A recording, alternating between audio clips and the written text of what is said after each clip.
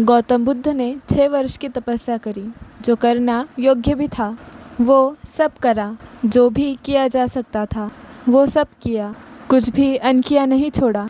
जिस गुरु ने जो भी बताया वो समग्र मन भाव से किया, तिल भर भी अपने आप को नहीं बचाया। लोगों की आदत होती है, वो किसी कार्य को करते तो है परंतु उस कार्य में अपने आप को पूरी तरह से लगा नहीं पाते। लेकिन बुद्ध ने सब तरह से अपने आप को दांव पर लगा दिया था। जीवन में सफलता मांगने से नहीं मिलती, जीवन में सफलता मिलती है कीमत से। आपको बदले में उतना ही मिलता है जितना आप देने की क्षमता रखते हैं। अगर आप सब कुछ दांव पर लगाने के लिए तैयार है तो आपको सब कुछ मिलने की संभावना भी है। गौतम बुद्ध अपना सब कुछ दांव पर लगा चुके थे। वे अपने संकल्प के शिखर पर पहुंच चुके थे। और जब कोई व्यक्ति अपने संकल्प के शिखर पर पहुंच जाता है तब मन अपना आखिरी दांव चलता है। और ये अपने मन का स्वभाव होता है। इसमें अपने मन को अच्छा और बुरा समझने की कोई आवश्यकता नहीं है। ये बिल्कुल ऐसा है जैसे आग आपको जलाती है। हम आग को अच्छा या बुरा नहीं कहते, हम अग्नि का लाभ उठा सकते हैं और उससे विनाश भी कर सकते हैं। गौतम बुद्ध अपने संकल्प के शिखर पर थे। मन अपने आखिरी हमले करता है। जिस मन के साथ बुद्ध वर्षों रहे, वो मन बुद्ध को इतनी आसानी से कैसे छोड़ सकता था। गौतम बुद्ध आत्मज्ञान से थोड़ी ही दूर पे थे। उस समय मार, जो मन का ही एक रूप है, बुद्ध पर हमला करता है, बुद्ध को डराता है। बुद्ध एक वृक्ष के नीचे बैठे हुए हैं। बुद्ध की आंखें बंद है, परंतु बुद्ध को ऐसा लगता है कि सामने से एक व्यक्ति आ रहा है जो कि उन्हें मारना चाहता है। पहले तो मार अकेला आता है, उसके बाद वो अपनी पूरी सेना लेके आता है, जो सब बुद्ध पर हमला करने के लिए तैयार थे। उन सभी के हाथों में हथियार थे और सभी के चेहरे काफ़ी डरावने भी थे। वे सभी बुद्ध को मारने का प्रयास करते हैं, पर मृत्यु का भय उसे ही होता है जिसने जीवन को पकड़ा हुआ होता है। मार और उसकी सेना बुद्ध के ऊपर हथियारों से हमला करती है, लेकिन बुद्ध के अंदर एक छोटा सा भी कंपन पैदा नहीं होता। वो पूरी तरह से स्थिर बैठे हुए होते हैं। तब मार बुद्ध को मृत्यु के भय से नहीं डरा सकता। तब मार अपनी दूसरी चाल चलता है, जो उसकी सबसे शक्तिशाली। मार गौतम बुद्ध के भीतर की काम वासना को जगाने के लिए अपनी 3 कन्याओं को भेजता है। पहले तो मन डराता है और जब डर से बात नहीं बनती तो लालच में फंसाता है। कहा जाता है कि मार बुद्ध को डराने के बाद बुद्ध को उनके अहंकार में ही फंसाने की कोशिश करता है। मार बुद्ध से कहता है, आप महान तपस्वी हैं, मैं आपसे हार गया। आप जैसा ज्ञानी व्यक्ति मैंने आज तक नहीं देखा। मार कई तरीकों से बुद्ध को जगाने की कोशिश करता है, पर जब बुद्ध मार की इस झांसे में भी नहीं आते, तब मार अपनी पुत्रियों को भेजता है।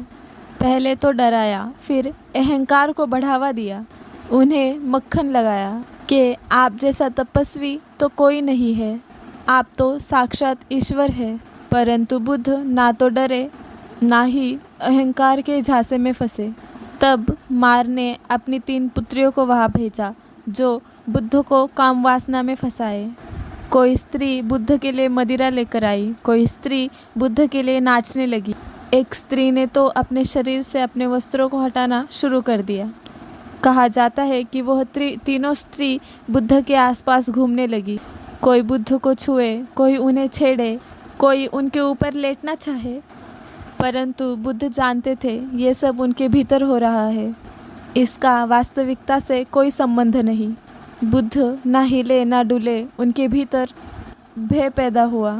ना ही उन्होंने इनकार किया, ना ही स्वीकार। वे बस साक्षी भाव के साथ बैठे रहे, जो हो रहा था उसे देखते रहे।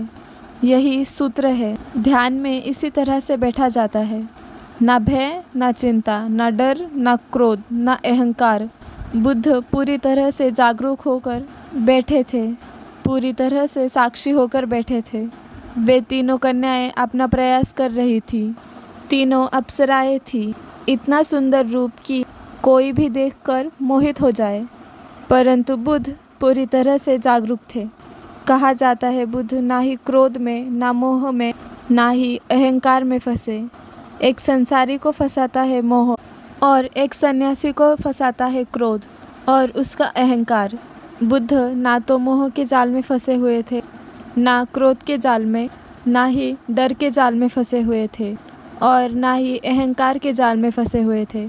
बुद्ध की उस क्षण में कोई अपेक्षा नहीं थी। ये भी अपेक्षा नहीं थी वे स्त्रियां उनके पास इस समय नहीं होने चाहिए। ये एक बहुत बड़ा सूत्र है। अक्सर जीवन में हम कभी कभी उन चीज़ों का विरोध करते हैं जो हमारे जीवन में होती है और जिन्हें हटाने का हमारे पास कोई तरीका नहीं होता और हम उन चीज़ों के कारण रोते रहते हैं। बुद्ध ने एक बार भी शिकायत नहीं करी कि मैंने इतनी दिन ध्यान करा तो फिर मार मुझसे युद्ध करने के लिए क्यों आ रहा है। इतनी सुंदर स्त्रियां मेरे मन को मोहित करने के लिए क्यों आ रही है। बुद्ध बस एकाग्र और शांत बैठे हुए थे। सूत्र यही है कि जीवन में जो व्यक्ति शिकायतें करता है उसे अपने जीवन में असफलता ही मिलती है। लेकिन बुद्ध किसी भी मोह माया में नहीं पड़े। बुद्ध ने उन स्त्रियों से कहा, तुम क्यों अपना समय यहाँ व्यर्थ कर रही हो। बुद्ध के इन शब्दों में करुणा थी, दया थी। बुद्ध देख रहे थे कि वो स्त्रियाँ थक रही है, परेशान हो रही है। इसीलिए बुद्ध उनसे कहते हैं कि तुम अपना समय यहाँ क्यों बर्बाद कर रही हो। यहाँ तो हड्डी मांस सब कुछ सूख चुका है। तुम किसके लिए ये सब प्रयत्न कर रही हो। तुम किसको रिझाना चाहती हो। जिसे तुम रिझा सकती थी वो तो जा चुका है।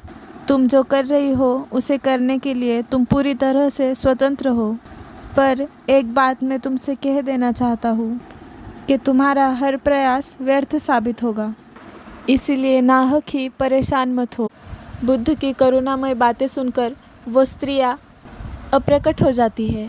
जहाँ करुणा होती है, जहाँ दया होती है, वहाँ काम वासना नहीं होती। ये घटना उसी वक्त की होती है जिस वक्त बुद्ध को आत्मज्ञान प्राप्त होता है। ध्यान का भाव यही है कि साक्षी डोर को पकड़े रखना और नियंत्रण प्रयास करते रहना। बुद्ध का जो आचरण था वो उन्होंने खुद नहीं बनाया था। अगर आप ज़बरदस्ती ध्यान में बैठे और ये सोचे कि मुझे ध्यान हो गया है, मैं एक सिद्ध पुरुष हो गया हूँ, तो छोटा सा विचार भी आपको हिला सकता है। छोटा सा विचार भी आपके अंदर उथल पुथल मचा सकता है। लेकिन बुद्ध के भीतर ईमानदारी थी। वे जो भी थे वे उस बात को जानते थे। इसीलिए वो पूरी तरह से स्थिर थे, शांत थे और एकाग्र थे। अगर आपको हमारी आज की वीडियो पसंद आई हो तो हमारे चैनल को सब्सक्राइब करें और इस वीडियो को प्लीज़ लाइक करें।